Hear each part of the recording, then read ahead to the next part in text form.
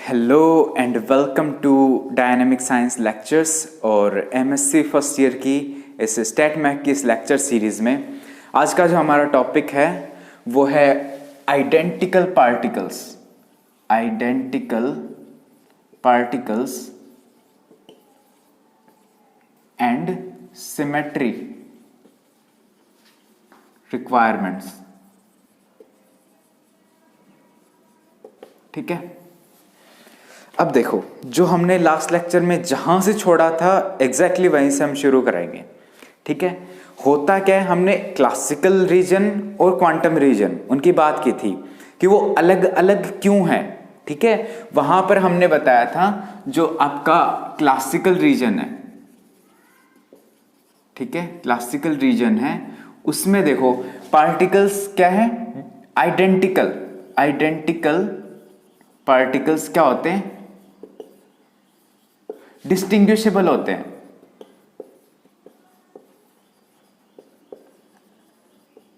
ठीक है, लेकिन क्वांटम रीजन में आइडेंटिकल पार्टिकल्स क्या होते हैं, इनडिस्टिंग्विशेबल।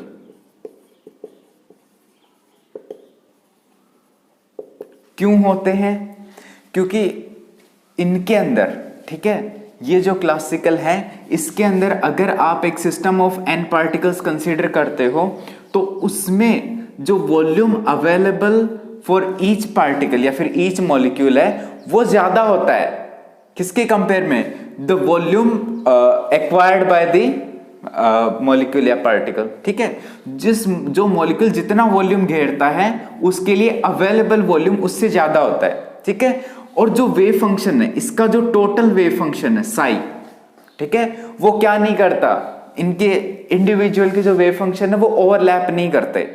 ठीक है, इंडिविजुअल के वेव फंक्शन है वो ओवरलैप नहीं करते। आप टोटल वेव फंक्शन को सभी के इंडिविजुअल के वेव फंक्शन के कॉम्बिनेशन में लिख सकते हो। ठीक है, लेकिन यहां पर क्या होता है, क्वांटम में क्या होता है, वेव फंक्शंस ओवरलैप हो जा रहे हैं। ठीक है, पहले इसकी बात करते हैं। मान लो आपके पास सिस्टम ऑफ एन पार्टिकल्स है, ठीक है, वहां पर आप क्या करते हो, जो आपका वेव फंक्शन है साई, ठीक है, वो आप क्या लिखोगे, 1 2 3 अप टू एन। ठीक है, और कैसे लिखोगे, साई A1, ठीक है, into psi B2 up to psi लिख दो ZN, N particle wave function है। ठीक है, इसका मतलब क्या है, जो फर्स्ट पार्टिकल है वो स्टेट A में है, सेकेंड पार्टिकल है वो स्टेट बी में है। ठीक है, अब हम क्या करते हैं, इन दोनों पार्टिकल्स को इंटरचेंज कर देते हैं। क्या कर रहे हैं, हम दोनों पार्टिकल्स को इंटरचेंज कर रहे हैं। बात यह कि आइडेंटिकल है लेकिन फिर भी अगर हम इंटरचेंज करते हैं तो एक नई स्टेट मिलती है हमें। ठीक है, आफ्टर इंटरचेंज। ठीक है, ये साई क्या बन जाता है, ये बन जाता है आपका 2 1। मान लो हमने फर्स्ट और सेकंड को क्या किया, इंटरचेंज किया, 2 1 3 अप टू एन। ठीक है, वो क्या बन जाएगा, वो बन जाएगा साई आपका B1, ठीक है, इंटू साई, ये लिख सकते हो आप A2 up to Sai ZN। बाकी क्या रहेंगे, अनचेंज्ड। इनको हमने क्या कर दिया, इंटरचेंज कर दिया। जो आपका 2 है वो स्टेट A में आ गया और 1 है वो स्टेट B में आ गया। इसका मतलब क्या हुआ, इंटरचेंज हुआ। अब बात क्या है, जब दोनों पार्टिकल्स इंटरचेंज हुए, ठीक है, उनके सारे कोऑर्डिनेट्स वो क्या हो गए, इंटरचेंज हो गए, तब एक नया टोटल वेव फंक्शन मिला हमें। ठीक है, एक नई स्टेट मिली सिस्टम की। तो इसका मतलब क्या है, जब आप वही है, आप फेज स्पेस के अंदर जो रिप्रेजेंटेटिव पॉइंट लगाते हो, मान लो इस स्टेट के लिए वो रिप्रेजेंटेटिव पॉइंट ये था, जब वो इंटरचेंज हुए तो ये पॉइंट भी कुछ दूसरा हो जाएगा। सही है, एक नई स्टेट मिल गई आपको। लेकिन अब क्वांटम के अंदर आप इसको इस तरह से लिख ही नहीं सकते। ठीक है, जो टोटल वेव फंक्शन है उसको आप इस तरह से नहीं लिख सकते। क्यों? क्योंकि वो वेव फंक्शन ओवरलैप हो जा रहे हैं। ठीक है, वेव फंक्शन क्या हो जा रहे हैं, जैसे जो पार्टिकल्स है उनका साइज है, वॉल्यूम अवेलेबल है, उससे क्या हो जा रहा है, काफी बड़ा है। ठीक है, तो वेव फंक्शन क्या हो जाएंगे, ओवरलैप हो जाएंगे। उस केस में हम क्या करेंगे, देखो भाई ओवरलैप हो जा रहे, सोल्व तो करना पड़ेगा। ठीक है, उस तरह के सिस्टम को भी हमने सॉल्व करना पड़ेगा। तो इसके लिए हम क्या करते हैं, एक नया ऑपरेटर इंट्रोड्यूस करते हैं। ठीक है, क्या इंट्रोड्यूस करते हैं, we introduce a operator called permutation, permutation operator. ठीक है, अब बात है ये परम्यूटेशन ऑपरेटर करता क्या है।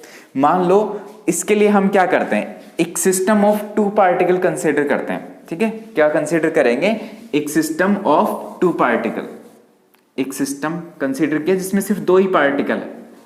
ठीक है, इसी को हम सॉल्व करेंगे।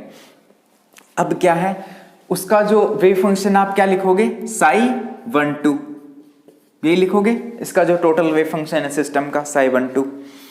अब देखो ये जो परम्यूटेशन ऑपरेटर है, जब किसी स्टेट में, ठीक है, इस स्टेट के ऊपर वो ऑपरेट करवाते हैं हम। ठीक है, इसको मैंने बोल दिया P12।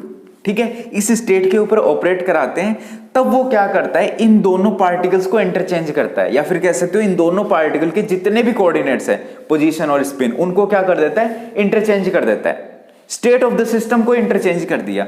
तो अभी इंटरचेंज किया, तब हमारा नया स्टेट क्या आया, वो आया साई 2 1। ठीक है, साई 2 1।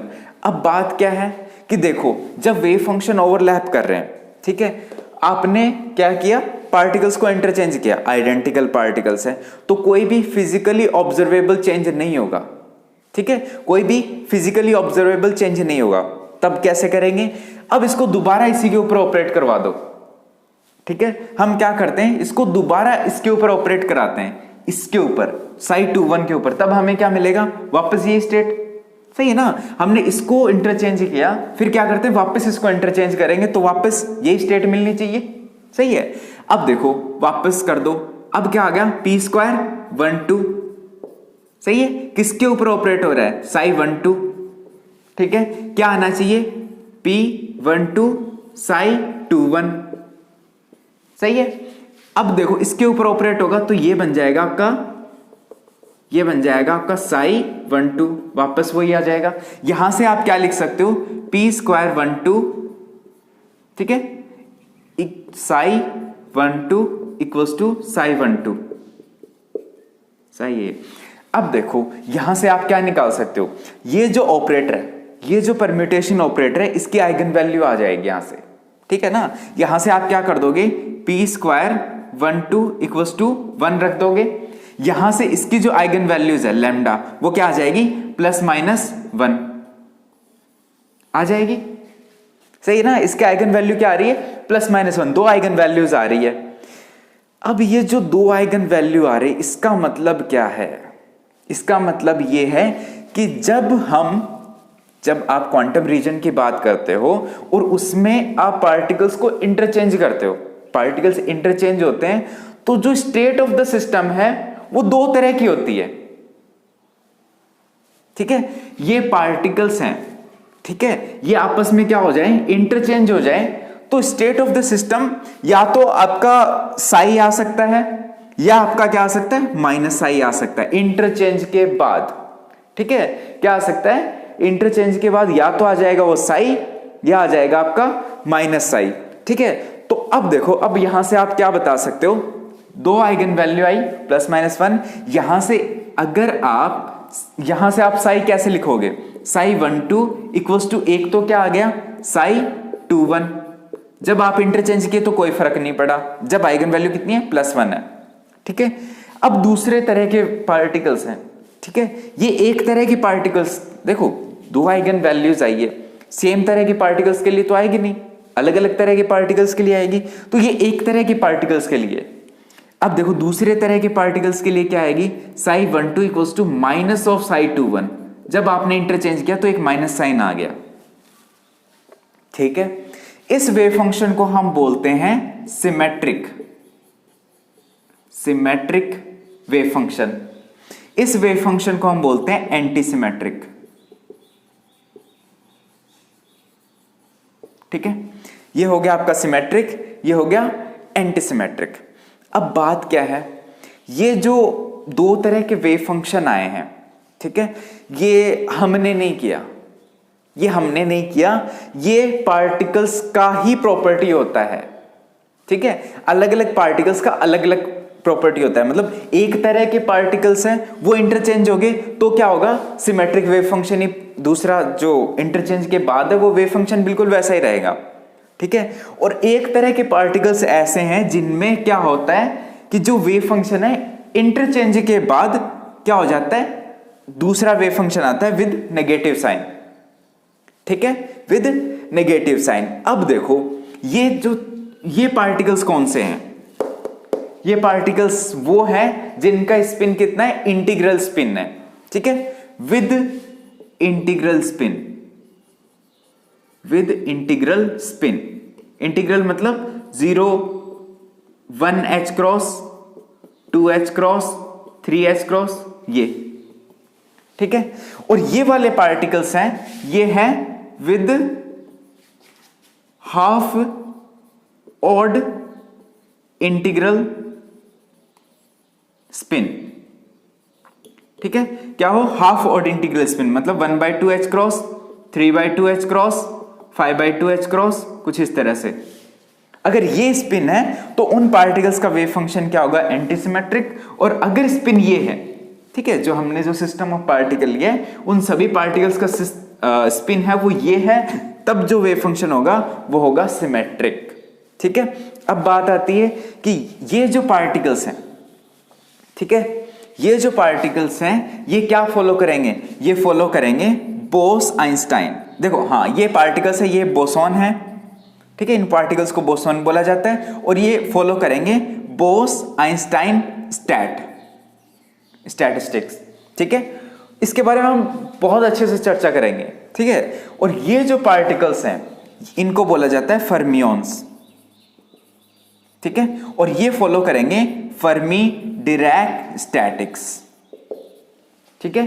क्या फॉलो करेंगे, फर्मी डिरैक स्टैटिक्स। इनके एग्जाम्पल कौन से हैं बोसॉन के, वो है एक तो फोटोन, ठीक है, या फिर कह सकते हो पाई मेसॉन, ठीक है। और फर्मियंस के जो एग्जाम्पल है वो है इलेक्ट्रॉन, प्रोटॉन, न्यूट्रिनो, कुछ इस तरह के, ठीक है। ये एग्जाम्पल हो गए, एग्जाम्पल भी हो गए, सिमेट्रिक एंटीसिमेट्रिक, हमने स्पिन भी डिफाइन कर दी।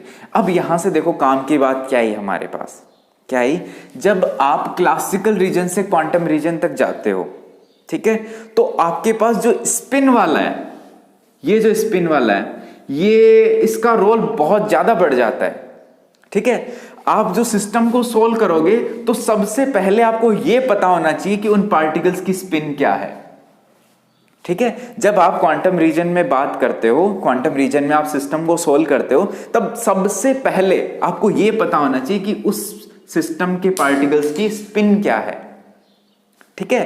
तो सिस्टम मतलब स्पिन और क्वांटम रीजन में एक गहरी दोस्ती है, ठीक है, ये कह सकते हो। अब हम लिखते हैं इसका वेव फंक्शन, ठीक है, इसका वेव फंक्शन। देखो ये तो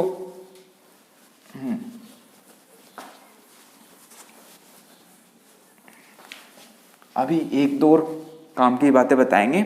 जैसे आपका सिस्टम ऑफ टू पार्टिकल्स है, ठीक है, सिस्टम ऑफ टू पार्टिकल्स, अगर ये क्लासिकल हो, ठीक है, अगर ये क्लासिकल हो तब इसका जो वेव फंक्शन है साई 1 2 क्या आएगा, वैसे लिख दोगे साई A1 और साई B2, ठीक है, इस तरह से लिख सकते हो। अगर ये इंटरचेंज होते तो आप लिख दोगे B1 और साई A2, ठीक है। ये होगी क्लासिकल की बात। अब बात करते हैं किसकी, बोसॉन्स की, बोसॉन की, ठीक है। अगर जो पार्टिकल्स है वो सारे बोसॉन है, ठीक है, उस केस में जो वेव फंक्शन है, ठीक है, जो साई है सिमेट्रिक है, यहां S से डिनोट करते हैं, साई 1 2 इक्वल्स टू क्या आएगा, वो कुछ इस तरह का होता है 1/√2, ठीक है, साई A1 साई B2, ठीक है, प्लस में साई B1 और साई A2, ठीक है। यहां से आपको दिख रहा है ये जो टोटल वेव फंक्शन है ये क्या कर रहा है, इन दोनों वेव फंक्शन का कॉम्बिनेशन है, ठीक है। और ये वेव फंक्शन क्या हो जा रहे हैं, ओवरलैप हो जा रहे हैं। ये जो 1/√2 है ये है नॉर्मलाइजेशन फैक्टर, क्या है, नॉर्मलाइजेशन फैक्टर। जब आप इसको सिस्टम को नॉर्मलाइज करते हो ना वेव फंक्शन को, तब ये आता है। इसको आप क्या लिख सकते हो, बिल्कुल ऐसा ही, साई 2 1 और सिमेट्रिक। ठीक है, हमने यही देखा। ठीक है, अगर पार्टिकल बोसोन है तब आप इन पार्टिकल्स को क्या करते हो, इंटरचेंज करते हो, तो आपको वैसा का वैसा ही वेव फंक्शन मिलता है, साई 2 1। ठीक है, अब बात करते हैं अगर पार्टिकल्स है वो फर्मियोन्स है, फर्मियोन्स है, तब जो साई है वो क्या होगा, एंटी सिमेट्रिक। ठीक है, इसको मैं लिख दिया 1 2। ये क्या होता है 1/√2, इस ऐसा कैसा, ये आएगा साई A1 साई B2, यहां पर नेगेटिव साइन आ जाता है, साई B1 साई A2, बस इतना सा। अब अगर आप इसको फ्लिप करते हो तो क्या आएगा, नेगेटिव साइन, साई एंटीसिमेट्रिक 2 1। इतनी सी बात हुई। अब मैं इसको थोड़ा सा और आगे लिखना चाहता हूं। ठीक है,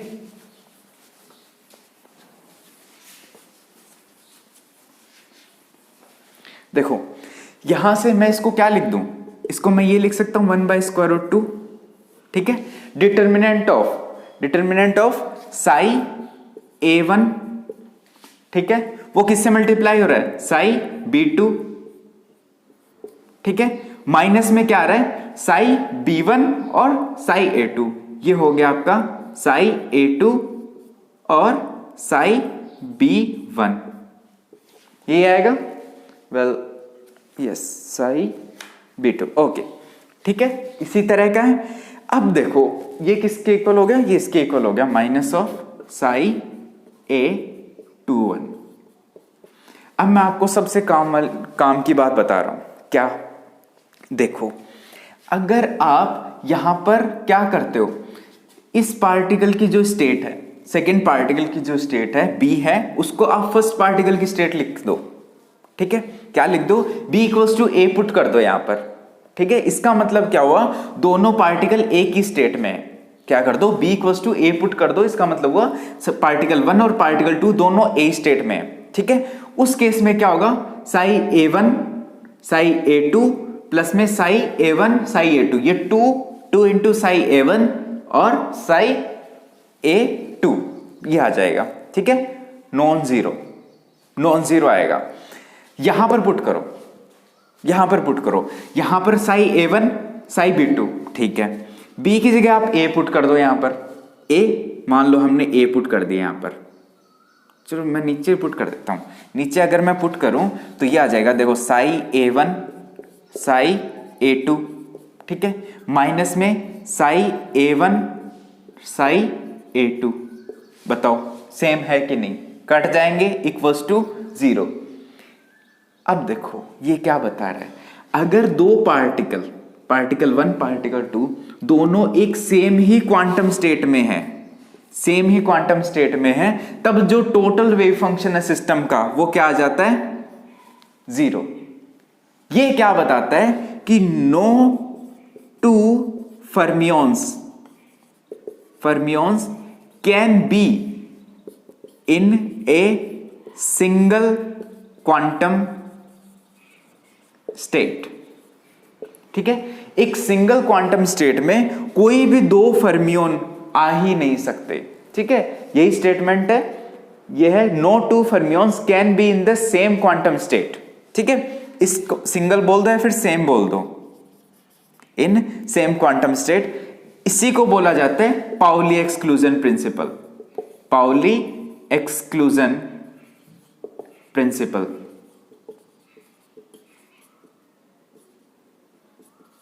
ठीक है, क्या बोला जाता है, पाउली एक्सक्लूजन प्रिंसिपल, और बहुत इंपॉर्टेंट है। ठीक है, बोसोन और फर्मियोन में जो सबसे बड़ा डिफरेंस है वो यही है, क्या, कि ये जो बोसोन्स है ये एक स्टेट में कितने भी आ सकते हैं, एक स्टेट में आप 1000 बोसोन भर दो, लाख बोसोन भर दो, कितने भर दो। ठीक है, लेकिन फर्मियोन्स एक स्टेट में एक आएगा तो एक ही आएगा, दूसरा आ ही नहीं सकता, दूसरे को दूसरी स्टेट में ही फिल करना पड़ेगा। ये एक स्टेट में सारे बोसोन आ सकते हैं। ठीक है, तो ये इनके अंदर जो फर्मियोन्स और बोसोन्स है इनके बीच जो सबसे बड़ा डिफरेंस है, जो किसमें आता है, डिस्ट्रीब्यूशन में भी आता है। ठीक है, जब हम इनका आगे डिस्ट्रीब्यूशन पढ़ेंगे हर एक का, तब आप देखेंगे कि ये जो डिफरेंस है बहुत बड़ा डिफरेंस है। ठीक है, अब देखो मैं एक छोटा सा एग्जाम्पल करा देता हूं। ठीक है, एक छोटा सा एग्जाम्पल कर लो आज के टॉपिक में, फिर इतना ही। क्या है कि हम कंसीडर करें टू पार्टिकल्स, ठीक है, और 3 स्टेट, ठीक है। आपके पास 3 स्टेट अवेलेबल है और 2 आपके पास पार्टिकल है, ठीक है। अब अगर मैक्सवेल बोल्ट्जमैन स्टैट, ठीक है, अगर पार्टिकल क्लासिकल है तो वो क्या ओबे करेंगे, मैक्सवेल बोल्ट्जमैन स्टैटिक्स, ठीक है। उस केस में इनका डिस्ट्रीब्यूशन किस तरह का होगा, मान लो ये स्टेट 1, ये स्टेट 2, ये स्टेट 3, ठीक है। और ये जो पार्टिकल्स है, देखो स्टेट 3 को मैंने बोल दिया 1 2 3 और पार्टिकल्स को बोल दिया मैंने ए बी, ठीक है। अब देखो ये किस तरह से डिस्ट्रीब्यूट होंगे, क्या होंगे, दोनों एक में ही आ जाए, एक ही स्टेट में, ये खाली, अब ये खाली, दोनों इसमें, ये खाली, ये खाली, ये खाली, दोनों इसमें, ठीक है।